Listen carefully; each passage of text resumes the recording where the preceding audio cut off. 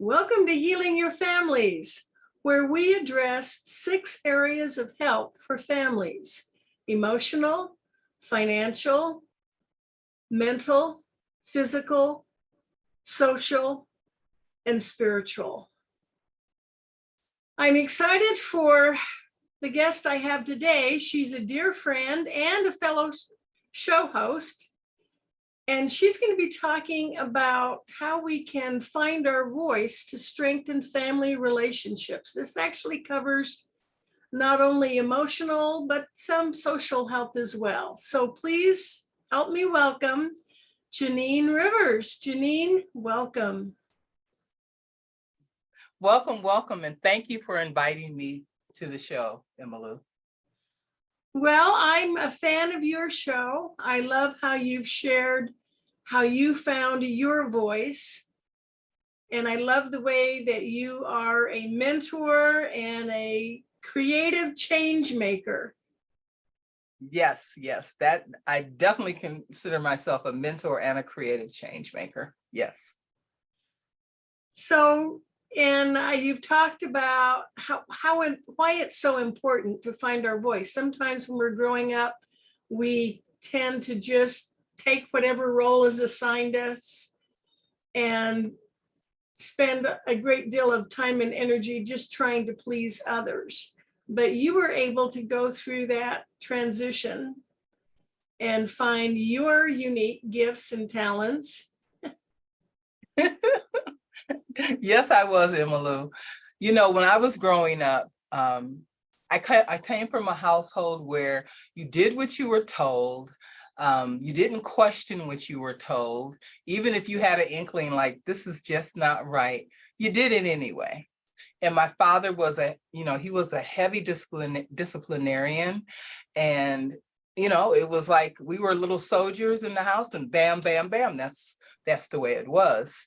And, as you grow older, you become different because you grow into yourself. You start, getting your own viewpoints of the world. You start questioning things and, and then you're afraid to speak up for yourself because, well, you don't want anyone to get mad at you. Of course, you're this child. And so then, for me, it followed into adulthood. When I got jobs, it's okay. My boss said, this is what I want you to do. This is how I want it done. I didn't question it. When I was in relationships with men, it was like, okay, I want this, and you just didn't question it. Because for me, I didn't think, well, what I had to say mattered. And I didn't feel like I had a voice, like, it's nothing like, but what is so interesting is that I had women in my family that had voices. Their voices, they had strong voices. And I would always say, I want to be like them. I mean, they were the no nonsense type of women who didn't, they spoke up to their husbands when needed, It's ironic to me that sometimes as women, we feel like, well, the way to be a good wife is just do what he wants and be very compliant. And yet, actually, don't you think that actually damages the relationship because you're not being genuine? Yes. And I love this conversation. From my experience, when you start to grow and become brave enough and have enough courage to be who you are, sometimes I'm not a marriage counselor, you're into healing families, but then sometimes the marriages don't work because you become different and the other person expects you, they have a hard time handling you. And it just takes a lot of love to keep that together, So I found my voice in my 30s. So I went my whole life without really having a voice to the people that I needed to have a voice to.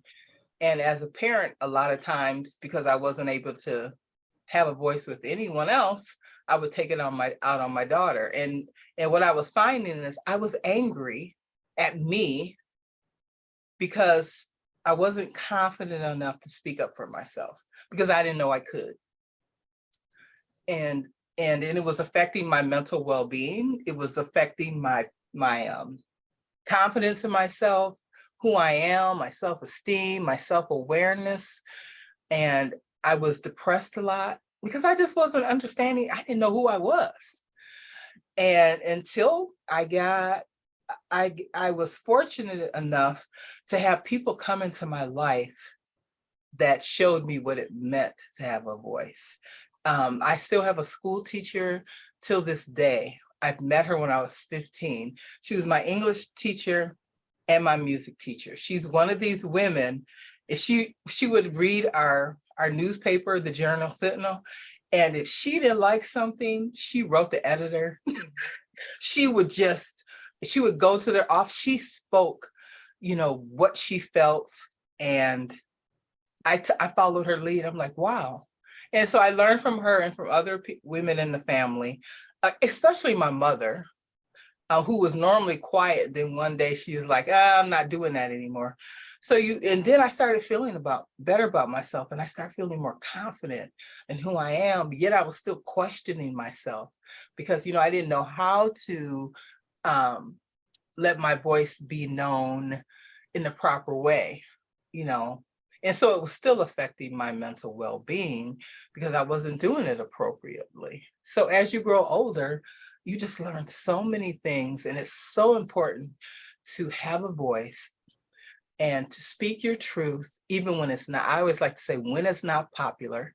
So you have to have that courage to speak up, and then you have to be courageous and continue on that path, even when it's hard. And when you have that fear, you have to just remain courageous.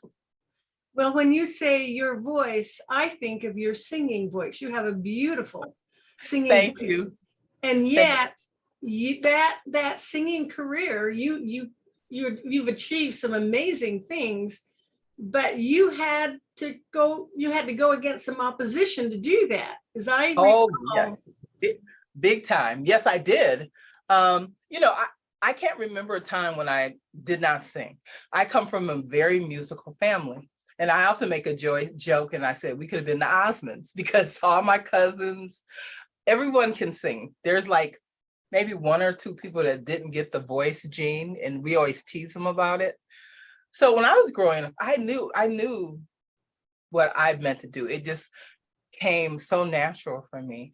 But my parents, and now that I'm older, Emmylou, I kind of understand why they did what they did, but I wasn't allowed to sing. My dad and the faith that I came from, you just didn't do that. You just didn't sing out in public unless it was a Christian hymn.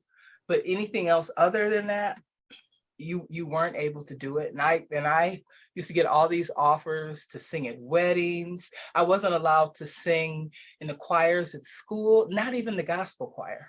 Wasn't allowed to do any of that. And can you imagine not being able to do something you love and something you know you were meant to do? I mean, I didn't have to learn how to sing. Literally, I had started singing when I was 3. So I had always sung. And not many people can say they're born with that gift, but I wasn't allowed. So I always say I was stifled, which I really was, until I got 15. Then I found a way to sneak and sing, and my friends would cover for me. So when we had choir, I picked out my classes, and I think it's really funny till today, my dad never would look at what I had. And you would see a cappella choir, swing choir, gospel choir. I was in all these choirs, and I would hold my breath as he looked at my report card. And it was really funny because he would have the report card in front of him. It wasn't that big. It was more like this. And what he did, Emmylou, is he wouldn't look at this side where the classes were. He just went down and looked at the grades. C, C, A, B, B. I was like, and my mother would go, she knew what I was doing. And she would cover for me. And for 3 years, that man never looked at the classes, only the grades. How do you like them apples? So was it just based on their, religious beliefs that they discouraged you from singing? Right, right. And what is so interesting, my senior year of high school, my dad opened up a little bit more. Reason being is that they called my mama Kay, who is my godmother, the woman who I said has been in my life since I was 15. She called my dad one day, and she's a spunky little something. She would say, "How can you hold a girl back with this voice? I want her." She used to tell him what she wanted. "I want her to go into these competitions and go upstate for voice, and I'm gonna from school, I'm taking her home with me and we're going to rehearse and then I'll bring her back." And my dad was like, "Okay." So that's the way that it was. Bless you. So I mean, Emma Lou, that's just the way that it was. I was able to do what I was meant to do. And I just really think that God made a way for me to be able to do it. And so, yes, I started to sing. I had to fight to sing. I used my voice for singing. I was blessed to sing in some really great places. And that's how that happened. And then I always had this burning feeling to use my voice in other ways. And so that is what I'm doing now. In helping, you help people heal with music, and now I'm helping them heal with my story. Did you ever feel like you were able to explain to your parents how important singing was to you? It's so really interesting. My father would go, "Eh." And then my mother, I didn't know how she felt until she got near in 2016, when I did my debut CD, and I gave it to her, not thinking that she was going to listen to it. And I put a dedication in there for her, and she played it, and she used to keep it at her nightstand. And then she told me, "I'm so proud of you because you just loved to sing and you didn't let anyone stop you." And my dad never listened to my CD. And when I graduated from college, he didn't want to come to my graduation party. And his attitude was, "It's just such a waste of time." That was his attitude, was it was a waste of time. We're not going to be here forever. I should be spending my time doing more what he called spiritual things within the church. And that's just the way it was. Yeah. But I'm glad you got that validation from your mother. That was. Yes, coming from a man who had an amazing singing voice himself. Yeah. So. Interesting. Yeah. So how do you help people now as family relationships continue even after you grow up and leave home? There's still that relationship. Well, when I was 22 years old, I tried to take my life by suicide. And as I got older, I really never talked about it with anyone. It was just not something that I ever talked about, because when it happened, I was told not to ever mention it again. And then as I grew older, I said to myself, then I start hearing about other people. And then I wrote a story, about it in a collaborative book. I got an aha moment. And I don't know why I didn't have this aha moment before, that I wasn't the only one. And I mean, how many people tried to take their life by suicide and didn't make it?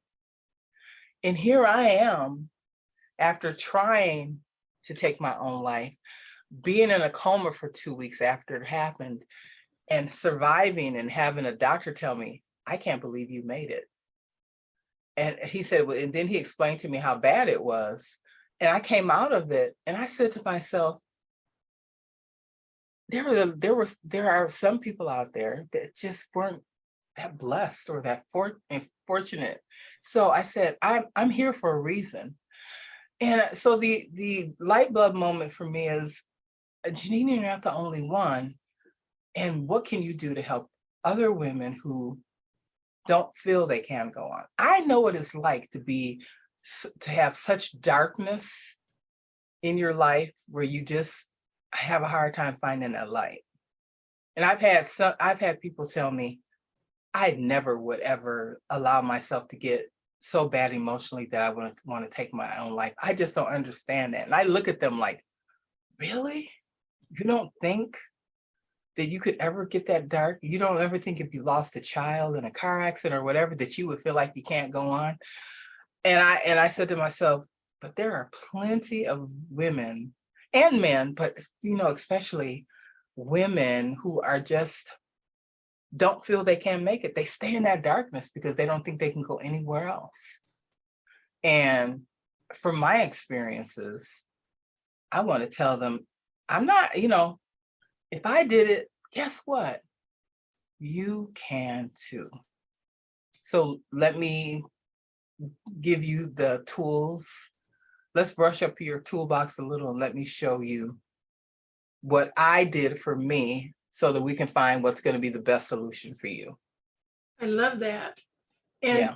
and in families, isn't it important to, first of all, for the person who's feeling despair to be able to find their voice and explain, I need support, I'm in a dark place, but also for the other family members to share, to be aware and to reach out to them. Yes, I totally agree with that. I totally agree with that. It made me think about, Emmylou, my parents didn't want me to talk about it, especially with family, because I believe they were embarrassed. But I wonder how many other people in my family tried to take their life by suicide. Because, you just never know what's going on in people's lives. And I don't know. I often think about that sometimes. Well, and just knowing that someone else was also in a dark place and got out of it, to me, that would give hope. Yes, yes, yes, yes. Yes, And I think, yes, that does. just the conversation, keeping that conversation going when you see a family member who seems to be struggling, doesn't have the same joy they used to have, isn't doing the usual things they do, to care enough to ask them and reach out to them. I'm a strong believer. You use your voice to speak your truth. You use your voice to help others. You use your voice to ask the hard questions. And I totally feel very strongly that if you see a change in somebody, someone that you've known and they're lively and all of a sudden they change who they are, you should ask why. And sometimes in a stranger, Emmylou, think about it, you can see a person and when something's going on with them by their facial expression, by the way they walk, whatever. You should ask, because first of all, it makes that person really feel like you care, and it gives them an opportunity to feel safe and talk about what's going on. So, I mean, you use your voice for so many things, but especially to help someone. I think there are many cases of domestic violence, of abuse within a family that could be prevented if we helped our children and everyone learn to use their voice. Very much so. Women who are being battered, usually, I don't know what the word I'm looking for. It happens so long for them that they just believe it's the norm. But yet deep down inside, they know that it's not right, but they just have become accustomed to the routine, and they're afraid to do anything. If they met someone like me or someone like you, we will notice that and we will find a way to help. It may not be the normal way, you know, of getting them out of the house right or whatever, but helping that person think and to think and to notice and to give them hope. Another way to use your voice to help someone. Well, so essentially, we would help her find her voice. Yes, yes. Now, Which will help her mental well-being and build up her confidence so that she will walk away when it's time for her to. Yes, yes, we must have a voice. And it starts out in the small things. so Right. what are some activities that you could recommend for if someone is beginning to feel that they're not in control of their life? To me, that's a red flag. If you ever feel Right. like you don't have a choice, or I'm not in control, Right. that's a red flag that needs to be addressed immediately. I agree with you. So it's funny you should say that, because I have like a little table by my desk and I keep 2 books that have really helped me. This is really interesting. I have this book here and I call this book my vision journal. And when I know I'm having problems with something or I need to fix something, even the smallest of things, I go through each section of my life and I make a plan for it. And then when it finishes, then when I've completed a task that I know I need to do to help me with a personal issue. Now this one is regarding my house. It feels so good to cross these things off. So have a vision journal for your life, and I'm starting one now because I'm having problems with my weight because I'm eating like a pig. So I decided I needed to do a vision journal, put pictures in there of me like 5 years ago and the weight that I was, and start writing down what I want to eat, and then put the pictures of me now where you can drastically tell, and try to use that to help myself, because you have a vision, and we know about the scripture that says, write your vision and make it plain. So we know that. And so another thing that really will help you is, I love this book that I have. It's a self-discovery journal, and it really helps. Sometimes when you are out of control, you lose your way. And so some of the things that I like on here, and it has like a boundary circle. So write down all of I need, what you need, and then what do you need in your life? Example, love, joy, kindness. What don't you need? Dishonesty, abuse.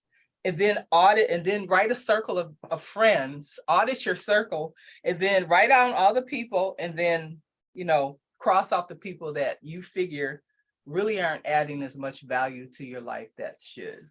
So I think, books that are gonna help you, really, what's the word? Gut out your feelings. Like, when did your feelings stop? And doing a personal survey. I love this book. So a discovery journal that's gonna ask you the prompts and the questions. Some of these questions are hard. And then, just doing something that's going to help you discover you. It may not be a vision journal. That's what works for me. But what works for you to get yourself out of, It sounds like step 1, be aware, and step 2, take action. Yes. Come up with a plan. Right. And what are you going to do to take action? Yeah. So it's like, it's doable. It's not easy, but it's doable. Well, those are 2 excellent examples. I love it. Thank you. I know that you're also a show host. And how can people contact you? What's the best way for them to get a hold of you, to read more about what you've written, watch some of your shows? Right. Well, they can, one of the things that you can do is you can go to the Win-Win Women website, and it gives you an opportunity not to just watch my episode, but other people's episodes like yours and some of our other favorites. But you can also go to my website and you can read a little bit about me. And my website is illuminateyourdreams.com. And so you can go there, learn more about me, look at what I have to offer you, and my email is Jeannine@illuminateyourdreams.com. Illuminateyourdreams.com. Yes. They can contact you through your website, or they can Right. email you, Yes. Jeannine@illuminateyourdreams.com. Correct. And I like the way you chose that, illuminate your dreams. Now, to me, that implies we all have dreams, right? Yes. But to illuminate them means bring them to life. Right. You want them to shine a little bit more than normal, because if you don't, you're going to forget. So illuminate. I came up with that back in 2009 in the middle of the night. And I immediately got the website address and wrote it down and never, ever did anything with it. Isn't that something? And it's funny how things are, God saves things for you at the right. He gives you the vision, but he saves it for the right time. And that's what happened. Mm-hmm. That's awesome. I love it. So it sounds like, with family relationships, if we, how important it is as parents to teach our children to find their voice. And then of course we do it by our example. Yes. You mentioned the women in your family that were a powerful example to you. Yes. I had my mom, who had a quiet spirit, but she was feisty. And my grandmother and my great grandmother were two women that you didn't mess with. When I was growing up, the older generations, I don't know what it was like in your family, but what they said went. Yes. Don't talk back. Yeah, why are you wearing that color lipstick? That doesn't go that good with that outfit. And I'd go home and rub it off and throw away the lipstick, because great grandmother said it wasn't good to wear. Yeah. I'm glad we've moved away from that. Yes. But sometimes I think we're going a little too far towards the children are in charge. Right. I had an example. I have an example with my daughter. I learned, when she was growing up, she was a straightforward thinker, and sometimes I let her express herself to me that people didn't agree with. She wasn't talking back. She wasn't really sassy about it. She would just tell me, no, I don't want to do something, blah, blah, blah. And I would listen to her, and I'm like, well, that's a good reason not to want to do it. I taught her to have her voice and to think. But what I want to bring out, I know we don't have much more time. I helped her yesterday to clean out her storage. She has a storage locker because she lives with friends. And we went through that whole locker, and we took stuff to Goodwill, and we threw the garbage out. But what I noticed about her, and I kept my mouth shut, is little things like, why are you putting that box over there? It would look, if you put it underneath that other box, you'll have more room. And she would just look at me, Mom, that's not how I want to do it. And I go, oh, okay. To me, I'm like, but if you put it over there and you put those boxes on top of there, you free up over there. But that's not what she wanted to do. And I had to go like this. Now that's the relationship, with our adult children. We soon learn that we only offer advice when it's asked for. There you go. Right. That is like the number one rule. But it's so hard when you see it is. But good for you. You were able to do that. That's wonderful. Right. Well, Jeannine, thank you so much for joining us and giving us your time. And your show is Saturday mornings. And so I recommend them. Jeannine has just a beautiful voice, and I love the way she uses it. And you mentioned you use it to express how you feel, to help others. Right. There was a third thing you said. Using your voice. Using my voice to help others, using your voice to ask the hard questions, and using your voice to speak your truth, and even when it's unpopular and people don't agree. I love that. Use your Right. voice to speak your truth. Use your Right. voice to help others, Yes. and use your voice to ask the hard questions. Yes. The elephant in the room. Oh, thank you. Thank you for these gems of wisdom, Jeannine. Thank you. For my listeners, join us again next week at the same time. And until then, love yourself and love your family. Let's make the world a better place by strengthening families. This is Emmylou Penrod with healingyourfamilies.com.